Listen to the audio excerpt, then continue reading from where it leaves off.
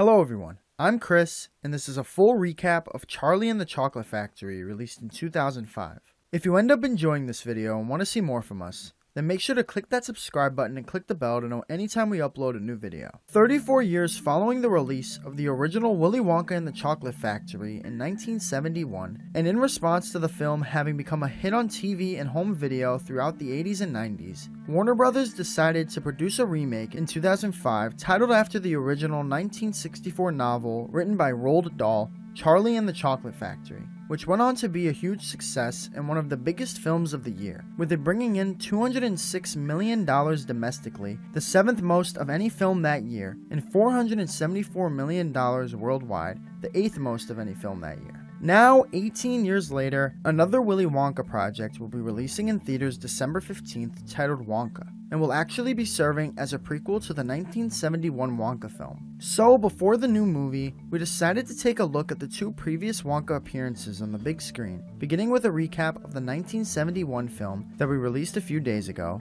which is linked in the description below, and continuing today with our recap of the 2005 journey to Willy Wonka's Chocolate Factory. The movie opens on an ordinary boy named Charlie Bucket as he rushes home to join his mother, father, and his bedridden grandparents, Grandpa George, Grandma Georgina, Grandma Josephine, and Grandpa Joe for their usual dinner of cabbage soup, since they can't afford to eat much else. Just before dinner though, Charlie's father hands him a small gift from his job at the local toothpaste factory, where he places caps on the toothpaste tubes and sometimes comes across some strangely built ones, a few of which he's brought home for Charlie so he can put the finishing touches on his diorama of Willy Wonka's Chocolate Factory, where his grandpa Joe actually used to work. Joe reveals that he'd begun working for Wonka 20 years ago, back when he had only a single store on Cherry Street, but 5 years later, Wonka decided to build the largest chocolate factory in history, which along with the success of his chocolate and candy recipes, began to make all the other chocolate makers jealous. So to combat Wonka's success, these rival chocolate makers sent spies to steal his secret recipes, eventually leading Wonka to shockingly send all of his workers home and close the chocolate factory forever.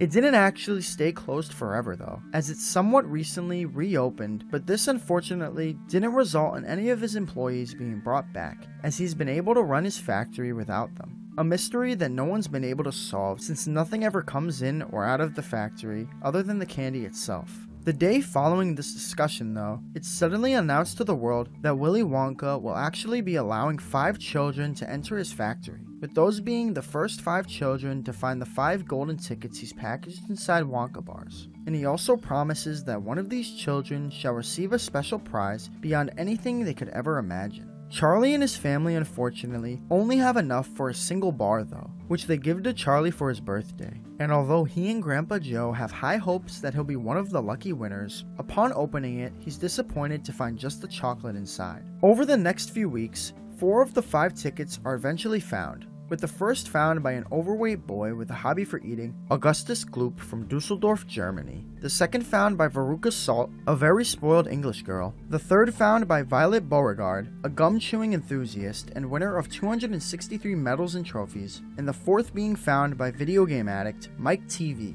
With the 5th ticket still yet to be found, Grandpa Joe decides to give his last quarter to Charlie so they can try again. But unfortunately, there's once again just the chocolate inside. And later, Charlie overhears that someone's finally found the golden ticket in Russia. Just moments before, he himself stumbles upon a $10 bill lying in the snow on the ground. Still, Charlie decides to use it to buy a Wonka Whipple Scrumptious Fudge Mellow Delight bar, and while making the transaction, he sees on the newspaper that the 5th ticket found in Russia was actually a fake, meaning the real one's still out there. So he opens up his Wonka bar, and it just so happens to contain the real final golden ticket, which the surrounding customers attempt to buy from him, but the shop owner urges him to run home with it. So he does. Upon arriving home, he immediately shows his ticket to Grandpa Joe, which miraculously prompts him to suddenly spring to his feet in excitement, and he suggests to the rest of the family that he be the one to join Charlie on his trip to the factory, and they agree. Charlie's unsure if they should even go though, since they could probably sell the ticket for a sizable amount of money, but he's encouraged to make the trip by Grandpa George. So the following day, he and Joe head over to and enter the gates of Wonka's factory, alongside the other 4 kids and their guardians. And once having entered the gates, the group is welcomed by a musical puppet performance that quickly breaks down when the show's fireworks set some of the puppets on fire. fire. Mr. Willy Wonka himself then arrives to begin the tour, with their first stop being the factory's chocolate room, where Wonka's chocolate river and waterfall that mixes the chocolate are located. And he also reveals that just about everything in this room is edible. So everyone begins exploring and eating all the delicious candies and desserts the room has to offer, before eventually noticing little humans working there,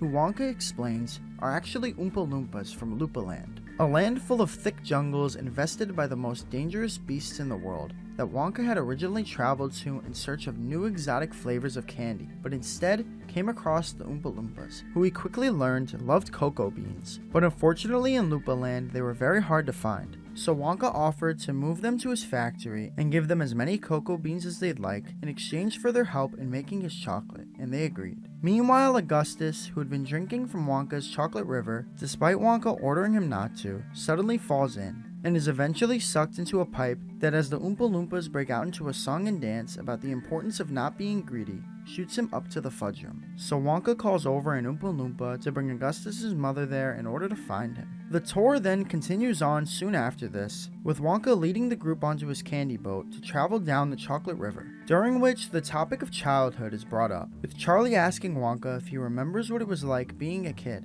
prompting him to flash back to a depressing Halloween memory when he, having just arrived home from trick-or-treating, was forced by his father, the city's most famous dentist, Wilbur Wonka, to throw away all the candy he'd collected. He's eventually snapped out of this flashback though, as they make their way through a tunnel to the inventing room, where Wonka presents them with a few of his newest inventions, including his everlasting gobstoppers that never get smaller no matter how long you suck on them, his hair toffee that can help your hair grow quickly after eating it, and a piece of gum that resembles the flavor of a 3-course meal, although that one he claims is still a work in progress. Despite this, Violet decides to snatch the piece of gum and begin chewing away, describing the multiple flavors before arriving at the meal's 3rd course, the blueberry pie, but we soon see that that's the part Wonka was struggling with, as she begins turning into a literal blueberry, while the Oompa Loompas once again break out into song, this time about the importance of good manners, before then rolling her down to the juicing room with her mother, so she can be squeezed back to normal before she explodes. The remainder of the group, meanwhile, continues on with the tour, although it's once again interrupted when another of Charlie's questions bring Wonka back to a haunting memory, as after Charlie asks him about his first time eating candy, we see a young Willy, while cleaning up the ashes of the candy his father had tossed into the fireplace, find one chocolate still completely intact, so he ate it and immediately fell in love with candy as a result. Back in the present, Wonka next brings them to his nut sorting room,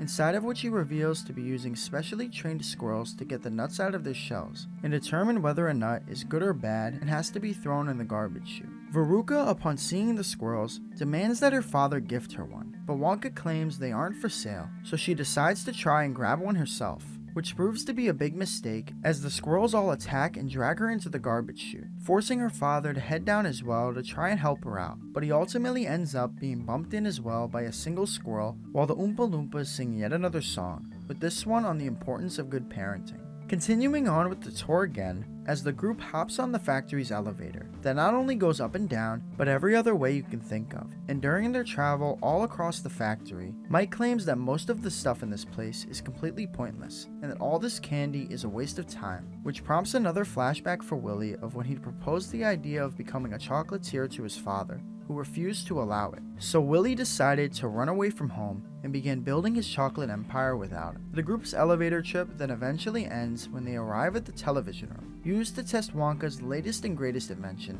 television chocolate, which he hopes he can one day use to send an actual bar of chocolate through the television to be eaten. Mike's skeptical this could actually ever work though, so Wonka conducts an experiment right in front of them that proves to be a success, prompting Mike to then jump onto the machine and use it to teleport himself, which again works but results in him becoming extremely small. So after the Oompa Loompas sing one last song about the importance of monitoring your kid's TV time, Wonka sends him with his father to be put into the taffy puller so he can be elongated. With all the other kids having failed to complete the tour of his factory, Wonka, upon realizing Charlie's the only child left, announces that he's won the grand prize, before traveling up and out of the building in the elevator, all the way down and crashing into Charlie's home, where he then finally reveals what Charlie's actually won, and it turns out to be his entire factory, explaining that a few months ago, he noticed a gray hair during a semi-annual haircut, and this made him realize that he must find an heir. So he sent out the golden tickets and invited 5 children to the factory, with the plan of naming the least rotten of them the factory's co-owner. Charlie's elated by this revelation and prepares to move him and his family to their new home, but Wonka reveals that only he can join him at the factory, and not his family,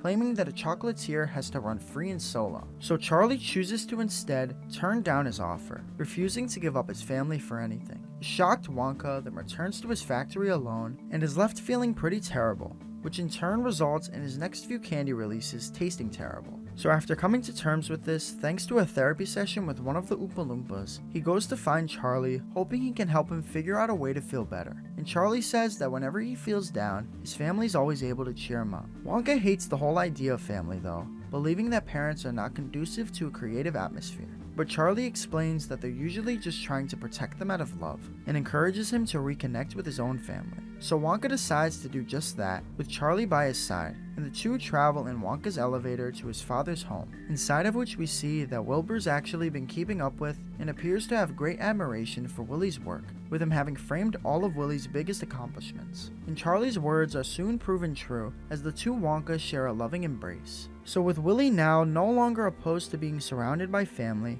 he repeats his offer to Charlie, although this time with the addition of his family joining them. And so they all move into an exact model of the Buckets' home, built within the factory's chocolate room, in which they share a family dinner as the movie ends. And that was our recap of Charlie and the Chocolate Factory. If you enjoyed the video, make sure to leave a like and subscribe to the channel, and also let us know down in the comments below which Wonka film is your favorite. But once again, thank you all so much for watching, and I'll talk to you again soon.